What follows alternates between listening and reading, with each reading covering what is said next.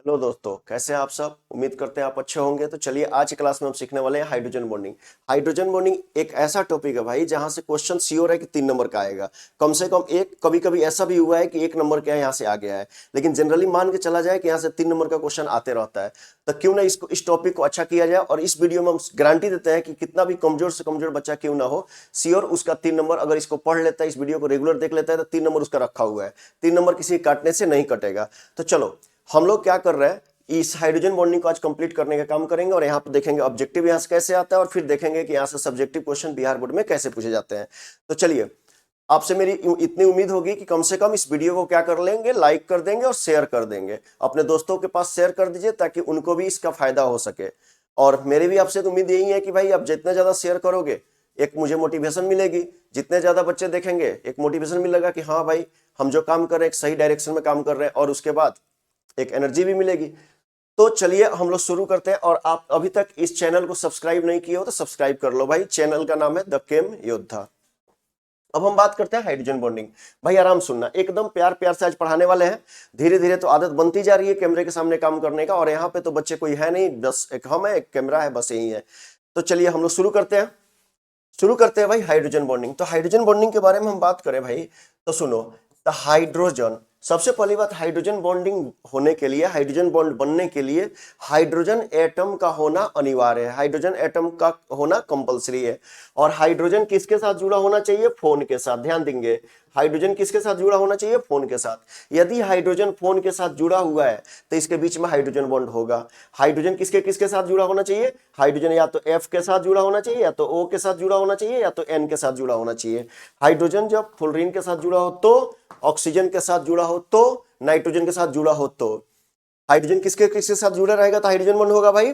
Hydrogen जुड़ा रहेगा fluorine के साथ, ऑक्सीजन के साथ, और साथ ही साथ नाइट्रोजन के साथ। अब सुनना ध्यान से, हाइड्रोजन क्या है? तो हाइड्रोजन जो है एक प्रकार का कमजोर आकर्षण बल है। क्या है भाई? Weak attractive force. Weak attractive force, ध्यान देंगे बुआ, ये क्या है? वीक एट्रैक्टिव फोर्स है। यानी वीक एट्रैक्टिव फोर्स के बारे में हम बात करें तो कमजोर आकर्षण बल। यह क्या होता है? हाइड्रोजन बॉन्ड जो होता है, हाइड्रोजन बॉन्ड किसी भी मॉलिक्यूल में अगर हाइड्रोजन बॉन्ड हो रहा है तो हाइड्रोजन बॉन्ड जो है एक प्रकार का फोर्स है। बट ये कौन सा फोर्स है? काफी कमजोर फोर्स है। ठीक है, अब सुनेंगे। और कहाँ कहाँ होगा? तो सबसे पहला चीज, हाइड्रोजन जो है भाई, हाइड्रोजन जो है मोर इलेक्ट्रोनिगेटिव एलिमेंट के साथ जुड़ा हुआ होना चाहिए। मोर इलेक्ट्रोनिगेटिव एलिमेंट मींस कौन कौन? Fluorine, oxygen, nitrogen. हालांकि और भी बहुत सारे मोर इलेक्ट्रोनिगेटिव एलिमेंट्स होते हैं, लेकिन ये तीनों मुख्य होता है। अब सुनना पहले मेरे बात को। हाइड्रोजन जब फोन के साथ जुड़ा हो, फोन के साथ, फोन के साथ, ये तीनों में से किसी के साथ जुड़ा हो तो हाइड्रोजन बॉन्डिंग होगा। कौन सा बॉन्डिंग होगा भाई? हाइड्रोजन बॉन्ड होगा। हाइड्रोजन जब फोन के साथ जुड़ा होगा तो यहाँ पे कौन सा बॉन्ड होगा? Hydrogen bond. हम इसका पूरा डिफिनीशन वगैरह सब कुछ दिखा देंगे आपको, और नोट कर लेना, पहले समझ लो भाई। दूसरी बात यह है कि हाइड्रोजन जो की बात कर रहे हैं, तो हाइड्रोजन जो है, हाइड्रोजन क्या हो रहा है? तो हाइड्रोजन जो है मोर इलेक्ट्रोनिगेटिव के साथ जुड़नी चाहिए। और दूसरी बात सुनो, हाइड्रोजन बॉन्ड को ना हम किस चीज से दिखाते हैं? डॉटेड लाइन से दिखाते हैं। हाइड्रोजन बॉन्ड को किस चीज से दिखाते हैं बबुआ? हाइड्रोजन बॉन्ड को दिखाते हैं डॉटेड लाइन से। यानी ऐसे कह लो कि कम से कम 3 डॉट्स से दिखाते हैं। क्या चीज? 3 डॉट्स। हाइड्रोजन बॉन्ड को कम से कम 3 डॉट्स से दिखाते हैं। और ज्यादा से ज्यादा सर तुम्हारी मर्जी, लेकिन कम से कम 3, क्योंकि 2 को डॉट दिखा दोगे ना भाई तो लोन पेयर हो जाएगा, एगो दिखाओगे फ्री इलेक्ट्रॉन हो जाएगा। तो हाइड्रोजन बॉन्ड को हमेशा डॉटेड लाइन से दिखाते हैं, लेकिन कम से कम 3 गो डॉट लिखते हैं। अब सुनिएगा, हम एक एक करके दिखा भी देंगे कैसे 3 डॉट लिखते हैं, सुनना अच्छा से। तो हम लोग बात करें, अगर हम लोग इसकी बात करें अगर हाइड्रोजन बॉन्ड की, सुनना भाई।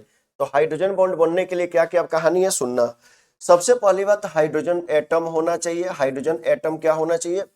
कंडीशन देखिए, कंडीशन देखते चलिए। एक में तो हाइड्रोजन एटम होनी चाहिए, एक में क्या कंडीशन है कि हाइड्रोजन एटम होनी चाहिए, यानी शर्त, कंडीशंस।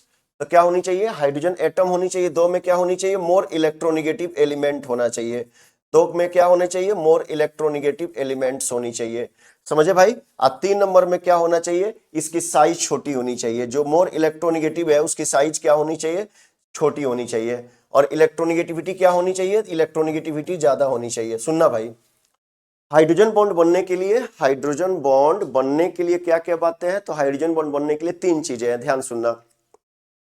मोर इलेक्ट्रोनेगेटिव एलिमेंट होनी चाहिए, मोर इलेक्ट्रोनेगेटिव एलिमेंट होनी चाहिए हाइड्रोजन बॉन्ड के लिए। और दूसरी बात यह है भाई, दूसरी बात यह है कि जो इलेक्ट्रोनेगेटिव एलिमेंट है उसकी साइज छोटी होनी चाहिए। यानी साइज क्या होनी चाहिए, छोटी होनी चाहिए। इलेक्ट्रोनेगेटिविटी में क्या होनी चाहिए, ज्यादा होनी चाहिए। अब सुनना, अच्छा सुनो, इलेक्ट्रोनेगेटिविटी की बात करें तो उसको हिंदी में बोलते हैं विद्युत ऋणात्मकता। क्या बोलते हैं भाई, विद्युत ऋणात्मकता। तो चलो हिंदी की अगर बात करें तो हाइड्रोजन परमाणु होनी चाहिए, हाइड्रोजन परमाणु क्या होनी चाहिए, उपस्थित होनी चाहिए। दो में क्या होनी चाहिए, अधिक विद्युत ऋणात्मक तत्व होना चाहिए, अधिक विद्युत ऋणात्मक, अधिक विद्युत ऋणात्मक, ध्यान देंगे, अधिक विद्युत ऋणात्मक तत्व होनी चाहिए। और पहला बात ये, दूसरा बात ये, और तीसरा बात ये कि आकार में छोटी होनी चाहिए। आकार में कैसी होनी चाहिए, छोटी होनी चाहिए। जो मोर इलेक्ट्रोनेगेटिव एलिमेंट की बात आप कर रहे हो उसकी साइज क्या होनी चाहिए भाई, छोटी होनी चाहिए। सुनते चलना ध्यान से। हाइड्रोजन बॉन्ड होने के लिए क्या क्या कंडीशन है, तो हाइड्रोजन एटम का तो होना जरूरी है, बात समझ रहे हो। हाइड्रोजन एटम नहीं होगा तो फिर बात ही नहीं बनेगी। हाइड्रोजन एटम रहना चाहिए, मोर इलेक्ट्रोनेगेटिव एलिमेंट रहना चाहिए, यानी जिसकी इलेक्ट्रोनेगेटिविटी ज्यादा हो, जिसकी विद्युत ऋणात्मकता ज्यादा हो। है हाइड्रोजन बॉन्ड की बातें समझ में आई। हाइड्रोजन बॉन्ड होने के लिए क्या क्या चाहिए, हाइड्रोजन एटम होना चाहिए, और उसके बाद क्या होना चाहिए, हाइड्रोजन एटम जिसके साथ जुड़ा हो वो क्या होना चाहिए, मोर इलेक्ट्रोनेगेटिव, यानी अधिक विद्युत ऋणात्मक तत्व होनी चाहिए। और तीसरा चीज, जो आप मोर इलेक्ट्रोनेगेटिव की बात कर रहे हो, अधिक विद्युत ऋणात्मक तत्व की बात कर रहे हो, उसकी साइज क्या होनी चाहिए, छोटी होनी चाहिए, तब जाके हाइड्रोजन बॉन्ड होगा, वरना हाइड्रोजन बॉन्ड नहीं होगा। समझने का प्रयास करिएगा। तो चलिए आपको हम इसका कॉन्सेप्ट समझा देते हैं। सबसे पहला चीज हम आ जाते हैं इस पे, ध्यान देंगे। इस पे एक लाइन लिखा हुआ है, आप सोचो अच्छा से। कह रहा है hydrogen bonding is the attractive force. Hydrogen bond जो है एक प्रकार का अट्रैक्टिव फोर्स होता है between between a hydrogen atom bonded to highly electronegative atom. जैसे highly electronegative atom, fluorine, oxygen, nitrogen. यहाँ पे और नहीं होगा भाई, यहाँ पे आप लोग क्या करेंगे, यहाँ पे आप लोग इसको एंड बना लेंगे। ठीक है, सुनते चलिएगा, इसको क्या बना लेना है, एंड बना लेना है। ठीक है, एक सेकेंड हम इसको सही कर देते हैं। देखिएगा, इसको क्या कर लेना है आपको, इसको बना लेना है एंड, इसको हम बना लेंगे एंड, इसको क्या बना लेंगे, एंड बना लेंगे, है ना। इसको हम बना लेंगे, ओ यार कहाँ चेंज कर दिया, देखिएगा,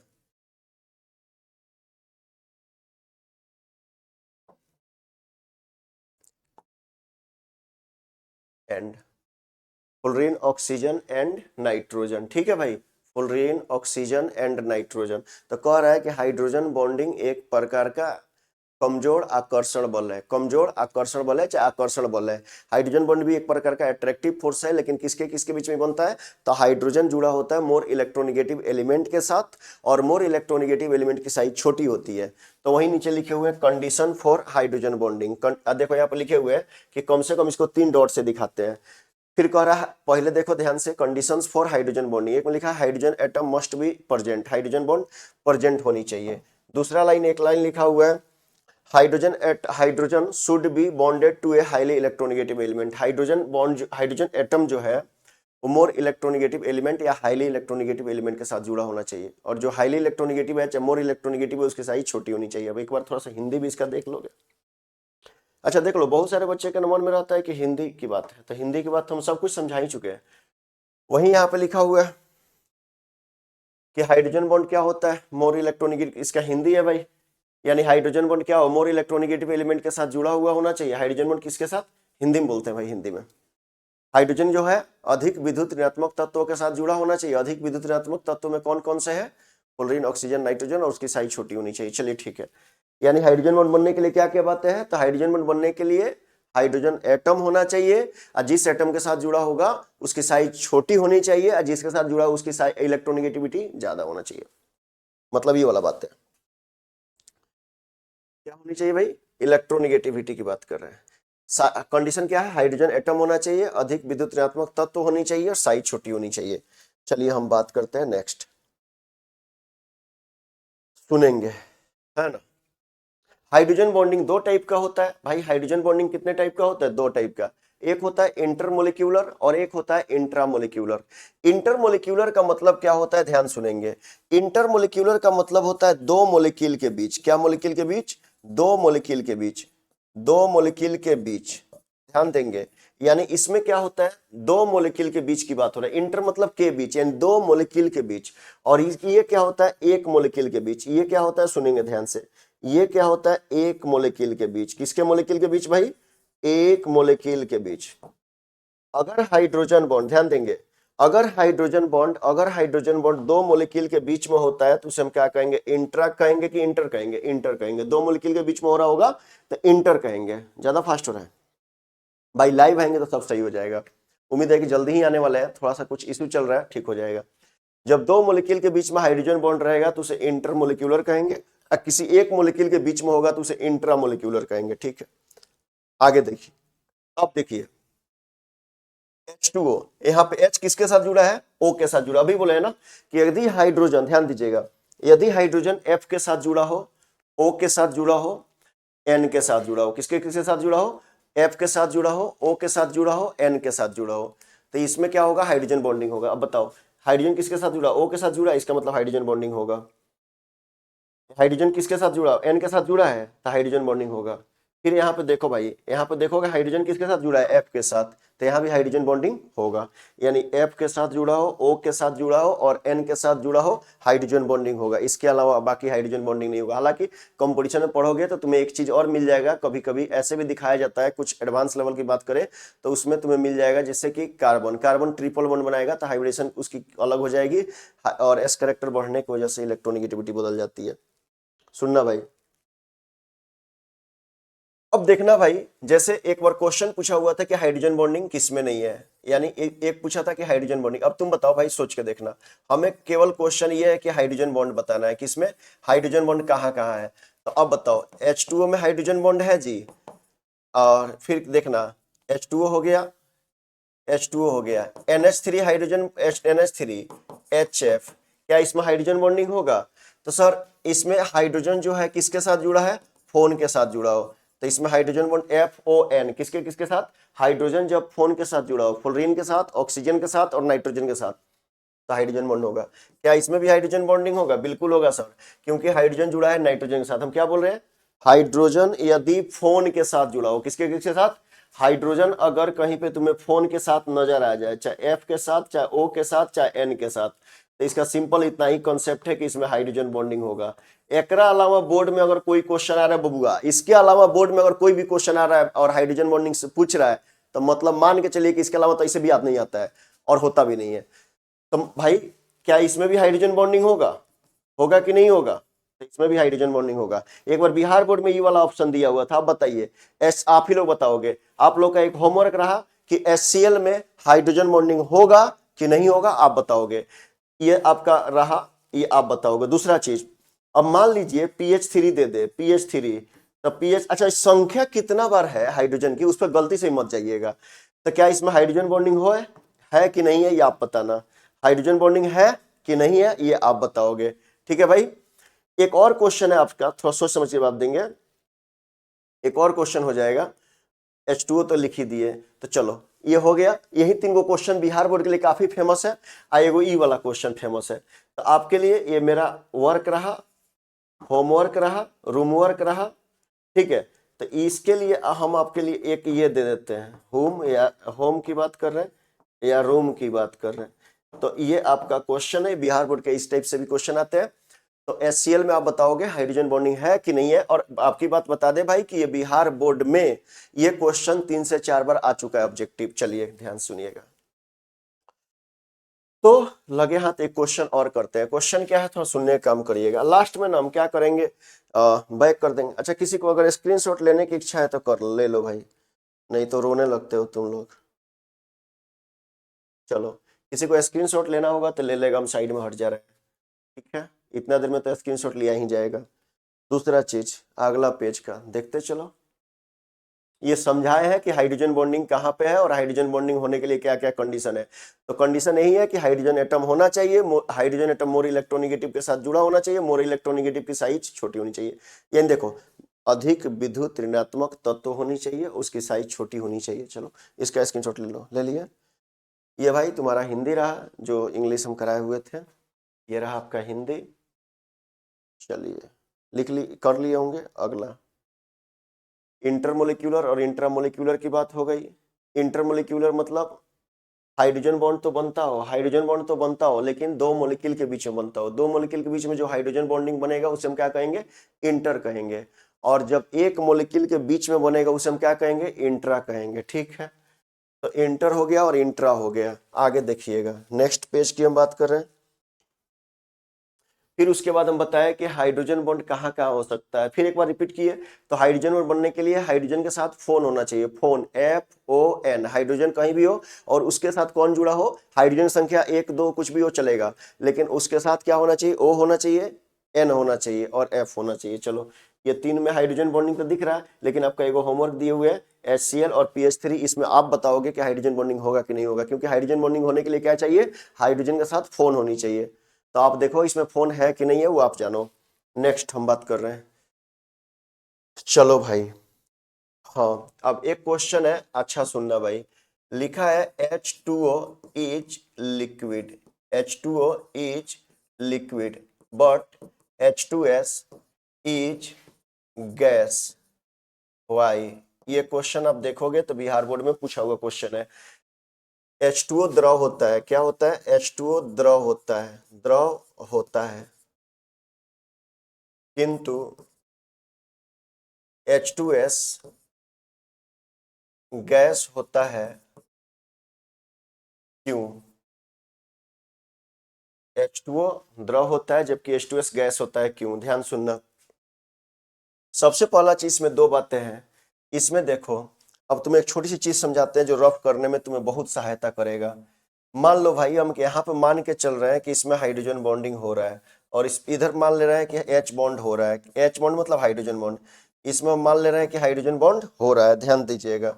इसमें हम मान लिया हाइड्रोजन बॉन्ड हो रहा है, और इसमें हम मान रहे हैं कि हाइड्रोजन बॉन्ड एक साइड नहीं हो रहा है। ठीक है भाई, एक साइड हाइड्रोजन बॉन्ड हो रहा है और एक साइड हाइड्रोजन बॉन्ड नहीं हो रहा है। तो जिधर हाइड्रोजन बॉन्ड होगा ना, उसकी साइज क्या होगी भाई, साइज, साइज मतलब आकार, क्या लिखोगे, आकार। साइज क्या होगी, छोटी होगी। और इलेक्ट्रोनिगेटिविटी क्या होगी, ज्यादा होगी। इलेक्ट्रोनिगेटिविटी, विद्युत ऋणात्मकता, विद्युत ऋणात्मकता, विद्युत ऋणात्मकता। और इसकी साइज क्या होनी चाहिए, होनी क्या चाहिए, साइज बड़ी होगी। और इलेक्ट्रोनिगेटिविटी क्या होगी, कम होगी। अब सुनना भाई, आपसे क्वेश्चन ये पूछ रहा है कि H2O लिक्विड होता है और H2S गैस होता है, क्यों। भाई लिखवाने वाले तो नहीं है, आप पूरे प्रोसेस को समझिए, खुद से लिखिए घर पे बैठ के। देखो, कह रहा है कि H2O द्रव होता है और H2S गैस होता है, क्यों। तो आप इसका आंसर दोगे, तो अब इसमें आपको क्या क्या दिख रहा है, इसमें दिख रहा है H2O और एक साइड दिख रहा है H2S, एक साइड क्या दिख रहा है, H2S, ध्यान देना।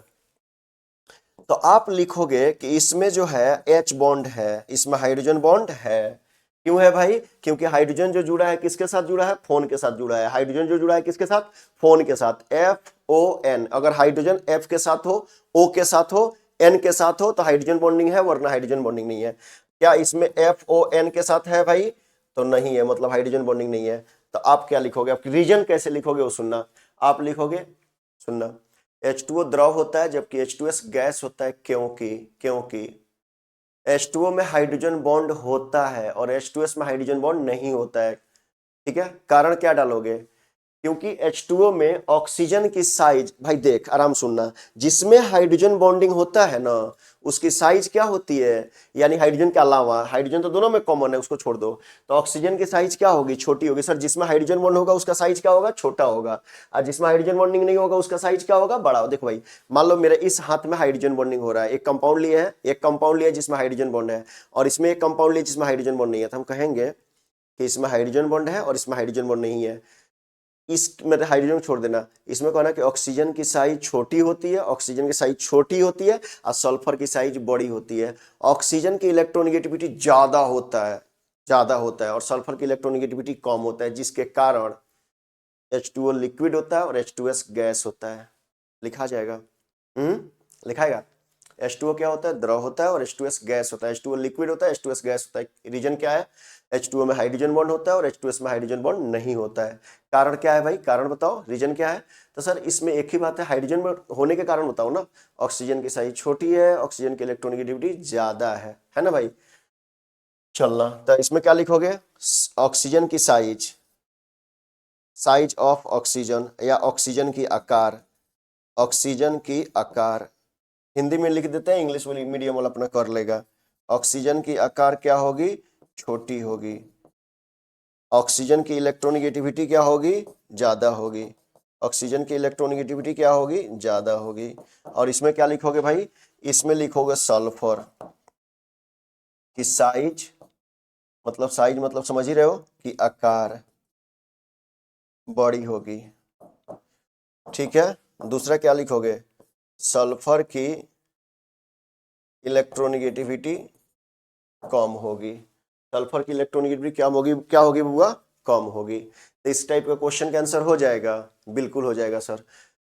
तो लिखोगे, देखो H2O इज गैस, एक बार बोल देते हैं सुन लेना। H2O is liquid but H2S is gas because hydrogen bond present in H2O और hydrogen bond present in hydrogen bond absent in H2S। ये कर लोगे, फिर कारण डाल लेना। ठीक है, आगे देखोगे। अब इसी पैटर्न पे 2-3 क्वेश्चन और पूछता है भाई, जाना मत। अभी एक क्वेश्चन ऐसा है कि जो आना ही आना है, इस टाइप का क्वेश्चन। एक क्वेश्चन पूछता है, the boiling point of NH3 is greater than pH3। NH3 का क्वथनांक pH3 से अधिक होता है। NH3 का क्वथनांक pH3 के क्वथनांक से अधिक होता है। NH3 का क्वथनांक pH3 से अधिक होता है। अब इसका कारण बताना। अधिक होता है भाई, बिहार बोर्ड लायक हम क्वेश्चन करा रहे हैं बिहार बोर्ड के हिसाब से। अब इसमें फिर 2 कंपाउंड अपने को मिला, NH3 मिला और एक साइड मिला pH3 मिला। एक और बात समझिए यहीं पे, तो एक और क्वेश्चन है उसको करा देते हैं, तो फिर हम लिखवाएंगे आंसर। क्वेश्चन है,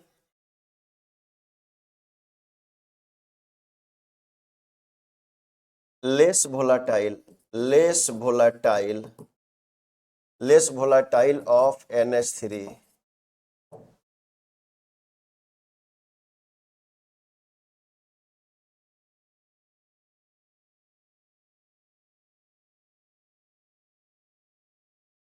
ऐसे क्वेश्चन कर दो, ध्यान देना। द मोर volatile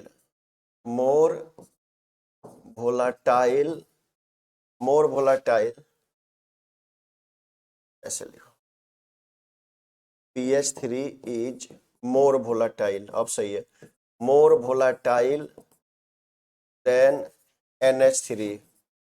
इसको हम अमोनिया बोलते हैं बबुआ, नाम वो याद रख लेना सब। और pH3 का नाम क्या होता है, फॉस्फिन। pH3 का नाम क्या होता है, फॉस्फिन। ठीक है भाई, pH3 का नाम क्या होता है, फॉस्फिन। तो कह रहा NH3 pH3 is more volatile than NH3 why. कह रहा है, ध्यान देना इसका हिंदी। pH3 यानी फॉस्फिन ज्यादा उड़नशील होता है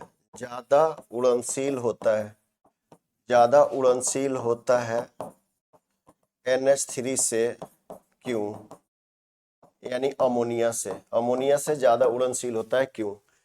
यानी pH3 ज्यादा उड़नशील होता है, NH3 कम उड़नशील होता है। तो आंसर अब देखो, इसका आंसर अब करने चलते हैं। तो इसके आंसर करोगे भाई, देखो फिर से एक बार बोल रहे हैं कि अभी तक जो भी स्टूडेंट्स इस चैनल को सब्सक्राइब नहीं किए हुए हैं, तो इसको कर लो भाई, क्योंकि यहाँ पे केमिस्ट्री का सारे सिलेबस हम पढ़ाने वाले हैं। अभी कल के क्लास में हमारा वीडियो अपलोड नहीं हो पाया कुछ कारणवश, लेकिन रेगुलर कराएंगे, ठीक है। और क्या बोलते हैं, सारे चैप्टर को हम लाइव कराएंगे, ठीक है। और उसके बाद ऑब्जेक्टिव और सब्जेक्टिव सबको कराने वाले हैं, पूरा इंटायर केमिस्ट्री कराने वाले हैं। तो अपने दोस्तों के पास भी शेयर कर सकते हो, जिससे उनको भी फायदा हो जाए, ठीक है। हो सके तो उनको लगे शेयर कर दिया भाई, उनको लगे चल जाए, ताकि वो पास हो जाइए ना, दिक्कत हो जाएगी, समझ लो। हाँ? इतना तो करिए सकत नहीं मरते। अब देखो, हम बात कर रहे हैं NH3 का और बात कर रहे हैं pH3 का। अब बताओ, आपको तो बार बार एक बात बोल रहे हैं भाई कि NH3 pH3 हाइड्रोजन में पहचानने का क्या तरीका है, जब हाइड्रोजन फोन के साथ जुड़ा होगा तो हाइड्रोजन बॉन्ड होगा। हाइड्रोजन किसके साथ, फोन के साथ। तो हाइड्रोजन एन के साथ है ना जी, फोन मतलब समझ रहे हैं ना जी, हाइड्रोजन किसके साथ दिखना चाहिए, फोन के साथ दिखना चाहिए। फोन मतलब एफ के साथ, ओ के साथ, एन के साथ। हाइड्रोजन किसके साथ होना चाहिए, हाइड्रोजन होना चाहिए एफ के साथ, हाइड्रोजन होना चाहिए ओ के साथ, हाइड्रोजन होना चाहिए एन के साथ। अगर इसके साथ है तो हाइड्रोजन बॉन्ड है, तो क्या बोलोगे, इसमें हाइड्रोजन बॉन्ड है। और इसमें क्या बोलोगे बुआ, इसमें हाइड्रोजन बॉन्ड नहीं है। ठीक है, आप क्या लिखोगे, नाइट्रोजन की साइज, नाइट्रोजन की साइज क्या है, तो नाइट्रोजन की साइज छोटी है। हम आपको बार बार बोल रहे हैं जिसका क्या होता है, आप फिर लिखोगे नाइट्रोजन की इलेक्ट्रोनिगेटिविटी ज्यादा है। इलेक्ट्रॉन उस पिछले वाला स्लाइड में हम सारा का हिंदी लिखे हुए थे। इसमें फास्फोरस की बात करें तो फास्फोरस की साइज क्या होगी, तो आपको हम बार बार बोल रहे हैं कि जिसकी इलेक्ट्रोनिगेटिव, जिसमें हाइड्रोजन बॉन्ड होगा उसकी साइज छोटी होगी, उसकी इलेक्ट्रोनिगेटिविटी ज्यादा होगी। और जिसमें हाइड्रोजन बॉन्ड नहीं होकर साइज बड़ा होगा, इलेक्ट्रोनिगेटिविटी कम होगा, जिसके कारण इसमें हाइड्रोजन बॉन्ड नहीं होगा और इसमें हाइड्रोजन बॉन्ड होगा। कारण लिखा जाएगा। आपसे अगर क्वेश्चन करता है, सुनेंगे, क्वेश्चन पूछता है कि NH3 का, NH3 जो होता है लेस वोलाटाइल होता है और PH3 मोर वोलाटाइल होता है, आंसर क्या दोगे, NH3 हाई में हाइड्रोजन बॉन्ड होता है जिसकी वजह से कम उड़ता है, कम उड़ेगा भाई, मतलब इसकी उड़नशीलता जो है वो क्या होगी, कम होगी। लेकिन PH3 की उड़नशीलता क्या होगी, ज्यादा होगी, है ना। आगे देखेंगे।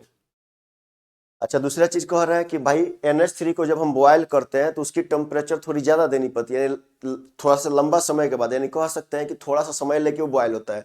लेकिन PH3 के रेस्पेक्ट में NH3 की बॉइलिंग पॉइंट ज्यादा होती है। मतलब बॉइलिंग पॉइंट मतलब समझते हो ना, जिस टेम्परेचर पर कोई लिक्विड पदार्थ क्या हो, खौलना शुरू कर दे, या गैस की भी बात करें तो गैस की बॉइलिंग पॉइंट, बहुत सारे पदार्थ की बॉइलिंग पॉइंट क्या होती है, बहुत कम होती है। तो NH3 का बॉइलिंग पॉइंट क्या होती है भाई, ज्यादा, और PH3 का बॉइलिंग पॉइंट कम। कारण NH3 में हाइड्रोजन बॉन्ड होता है और PH3 में हाइड्रोजन बॉन्ड नहीं होता है।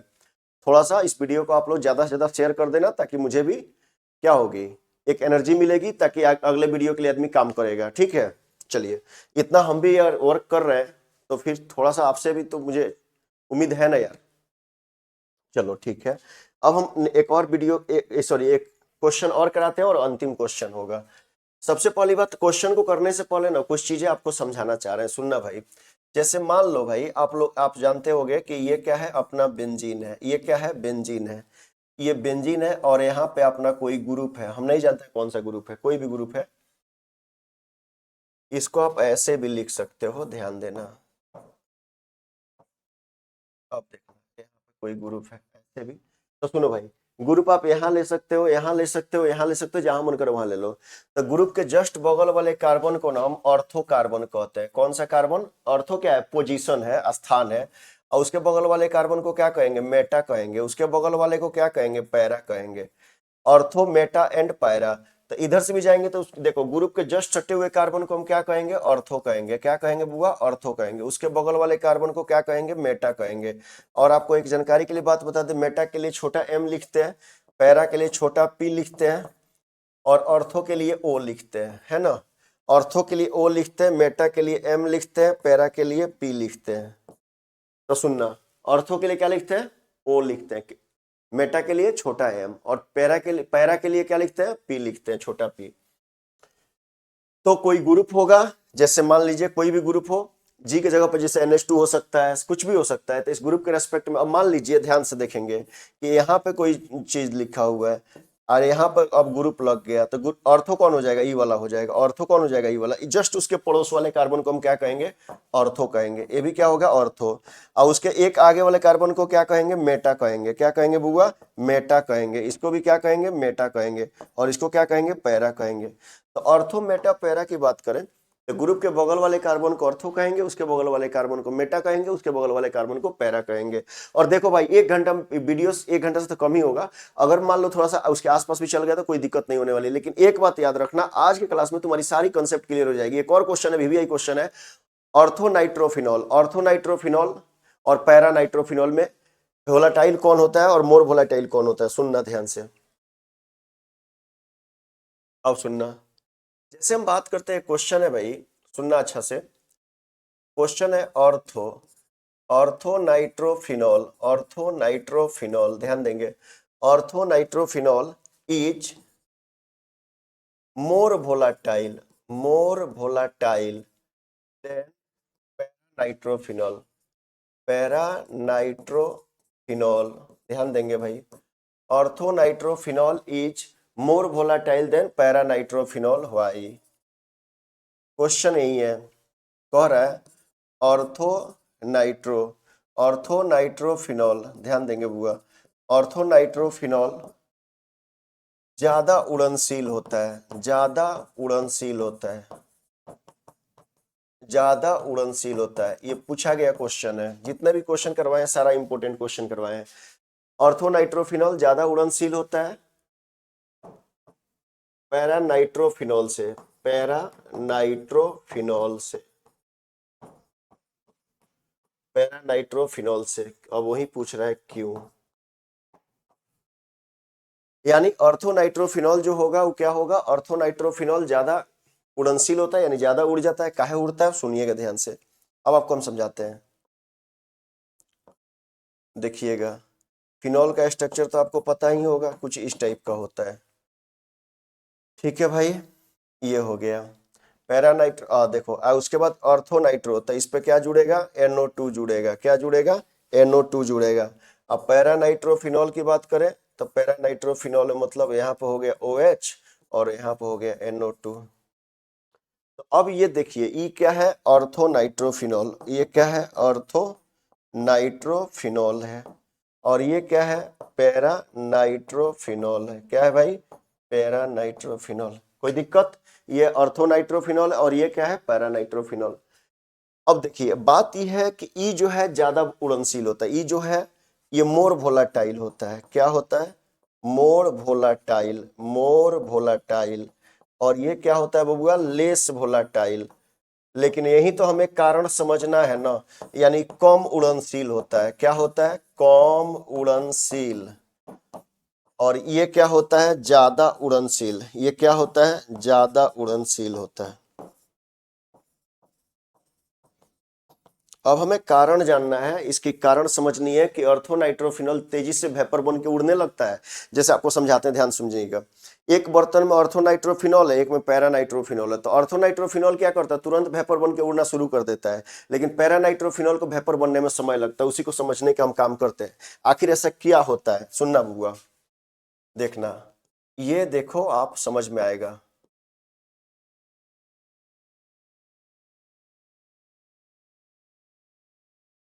अब देखिए, यहाँ पे जो आप देख पा रहे हो बुआ, यहाँ पे आप देख पा रहे हो, तो यहाँ की अगर हम बात करें तो इसके इसके बीच में एक बॉन्ड बना। और ये क्या एक एक मोलिक्यूल के बीच में बना जी। तो चलिए हम बाद में देखेंगे, फिलहाल यहाँ पे आइए, यहाँ पे आइए। और यहाँ पे क्या है, NO2 है ना। तो अब बताइए ना, एक बर्तन में इसके जैसे एक एक बना होगा कि ढेर, मान लीजिए कि एक एक बर्तन में एक एक होगा जी, ढेर सारा होगा। अरे यार, एक मोलिक्यूल की साइज कितनी बड़ी होती है, काफी छोटी होती है। मोलिक्यूल की साइज क्या होती है, बहुत छोटा छोटा होता है, ऐसा नहीं है कि बहुत बड़ा हुआ होता है। तो अब मुझे एक बात बताओगे,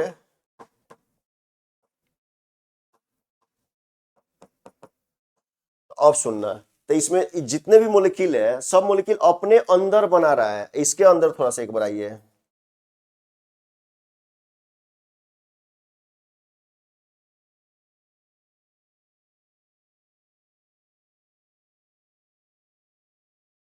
ठीक है भाई। अब थोड़ा सा आप देखने का काम करोगे भाई, समझ में आएगा बातें।